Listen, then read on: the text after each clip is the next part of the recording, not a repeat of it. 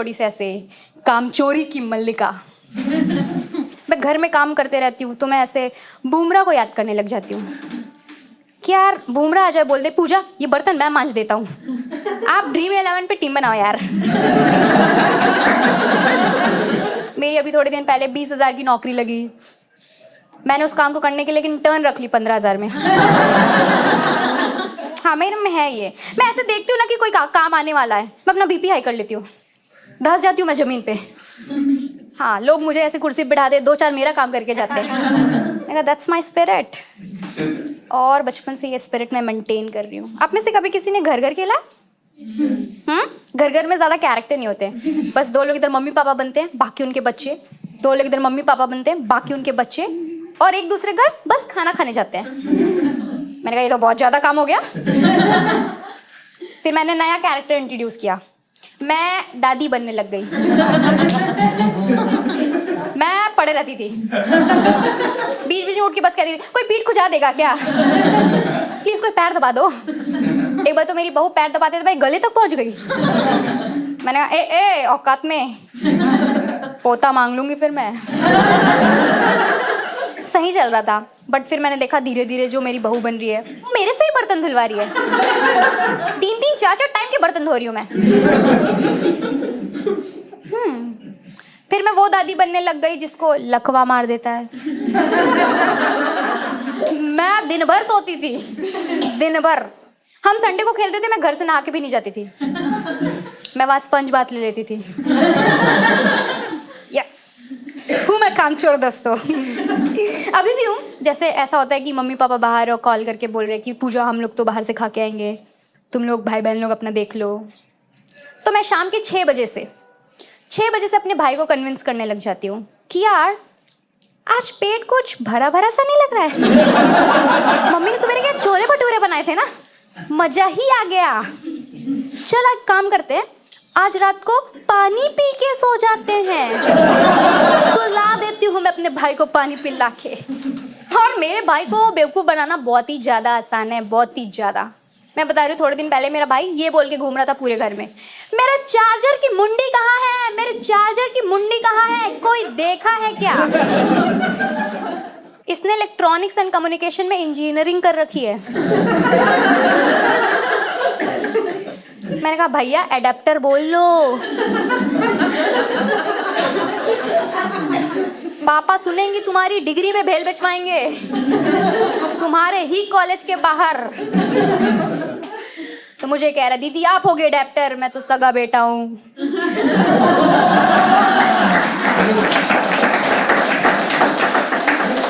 मैंने कहा हाँ मैं ही हूँ एडेप्टर, नहीं हूँ भाई।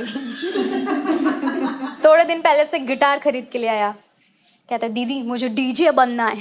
मैंने कहा दुनिया में कोई नहीं बता रहा है कि डीजे बनने के लिए ये नहीं बजाना है। हाँ बजाया जा रहा है वो, रात के 3 बजे तक बजाया, फिर मैं बजा के आई उसको। हाँ मैंने तो गुस्से में से इस गिटार की स्ट्रिंग भी काट डाली।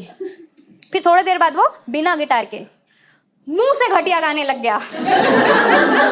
मैंने बालों से गिटार की स्ट्रिंग जोड़ी है कि भाई आप ये यंत्र बजा लो पर मुंह बंद रखो एकदम, आवाज नहीं आनी चाहिए। बचपन में मार भी बहुत खाया मेरा भाई मेरी वजह से। एक बार पापा आए शाम को, उन्होंने मेरे से ऐसे पूछ लिया पूजा 13 का टेबल सुनाओ। मैंने हैं? अब पापा को आया गुस्सा, पर बेटी को तो मार नहीं सकते, तो ये गुस्से का क्या करें। तो बाजू मेरा भाई बैठा हुआ था लॉलीपॉप चूसते हुए। मेरे पापा ने उसको बाल से पकड़ा और ऐसे जमीन में घसीटा, और जमीन में घसीट कर 13 का टेबल याद नहीं है इनको, 13 का टेबल याद नहीं है, इतना मर के पढ़ा रहे 13 का टेबल याद नहीं है। और मेरा भाई एकदम क्लूलेस कि ये क्या हो रहा है, क्लास 1 में कैसे आ गया 13 का टेबल। एक बार चोरी करते हुए पकड़ा गया था वो, इतना बुरा लगा मुझे कि मेरा भाई होके पकड़ाया। ठीक है, तो मैंने पूछा कैसे पकड़ाया, तो कह रहा दीदी मुझे तो बस 10 रुपए चाहिए थे। मैंने पापा के लॉकर में खोला, उसमें मैंने देखा 100 की गड्डियाँ रखी है। मैंने एक 100 की पत्ती उठाई, मैंने ऐसे 10 की टॉफी खरीदी, 90 रुपए वापस रखने गया था। मैंने कहा ये बात सुन के तो नोटों के भी गांधी जी खड़े हो गए होंगे।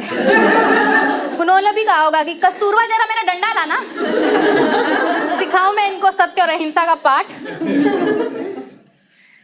है मेरा भाई थोड़ा सा लूजर। मेरे पापा को जैसे पता चला वो भी थोड़े दुखी हो गए, इस बात से नहीं कि मेरा बेटा चोरी करना सीख रहा है, इस बात से कि ये बैल बुद्धि आगे समाज में जिएगा कैसे, जो इसने अपने माथे पे लिख रखा है मैं चंपू हूँ, कैसे मिटाऊंगा मैं इससे। तो मेरा भाई भी थोड़ा इमोशनल हो गया, सॉरी पापा सॉरी, अब से नहीं करूँगा, करूँगा तो बिल्कुल पता लगने नहीं दूंगा। उसके बाद भी 3 बार पकड़ाया है वो। और मेरे पापा को हमारी बहुत ज़्यादा टेंशन रहती थी, मैं खासकर मेरी शादी की। जब मैं 16 की थी तब से मेरे पापा मेरे लिए लड़का ढूंढ रहे हैं। मैंने कहा अभी मिल जाएगा तो क्या करोगे? पीछे से मम्मी बोल रही है मिलेगा ही नहीं। इस बात पे इतना क्यों कॉन्फिडेंस आ रहा है आपको?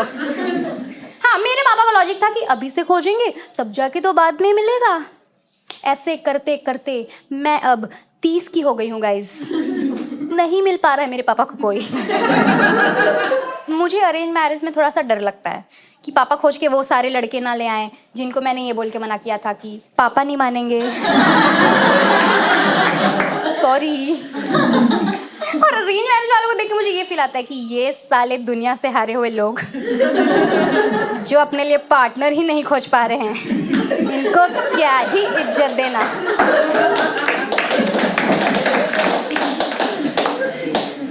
पर फिर हुआ मेरा भी ब्रेकअप। आई मेरे अंदर की भी कटरीना कैफ सीधा आसमान से जमीन पे। And breakups are very tough guys, बहुत ज़्यादा टफ। मैंने देखा है, मैं ब्रेकअप में 2 ही जोन में रहती हूँ। सुबेरे बहुत पॉजिटिव, मैं ऐसे कहती हूँ कि पूजा अगर सामने वाला आपके साथ रहना नहीं चाहता तो उसे ज़बरदस्ती आपके पास नहीं रख सकते हैं। हाँ, उसे जाने देना ही प्यार है। किसी के पैरों में गिड़गिड़ा के उसे रोक लेना इट्स सो इमैच्योर। कट्टू रात के 3 बजे मैं खुद मैसेज कर रही हूँ कि हेलो भैया, मैं पूजा की बहन नेहा बोल रही हूँ, दीदी ने डेटॉल और फिनाइल मिला के पी लिया है। कह रही आपकी नहीं हो पाई तो किसी की नहीं हो पाएगी, please call her back. Scene में छोड़ा है उस मर्द ने मुझे। दूसरे दिन उसका मैसेज आया, कौन पूजा? फिर मैंने उसको ऑडियो मैसेज ऐसे भेजा था कि hello sir, Puja Sindhe from ICICI bank.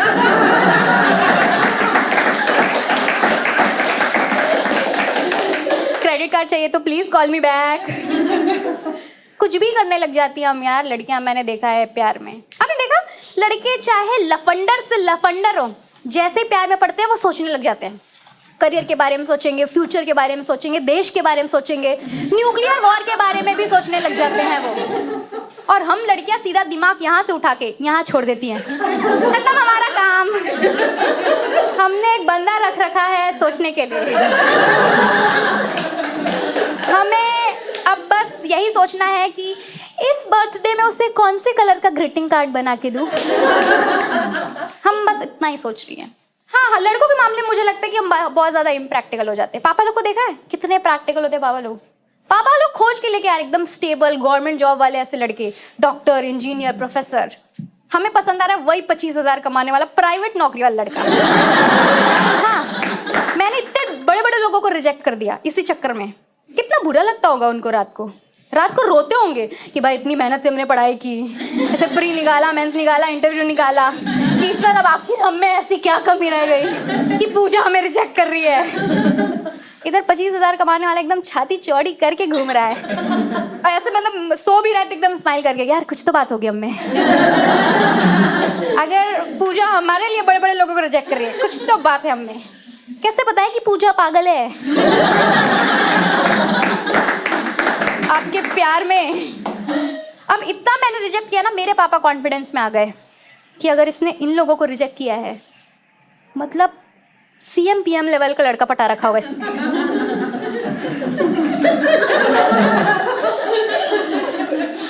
अब कैसे बताओ दोस्तों कि मैंने तो 25,000 कमाने वाला लड़का खोजा था, वो भी छोड़ के चला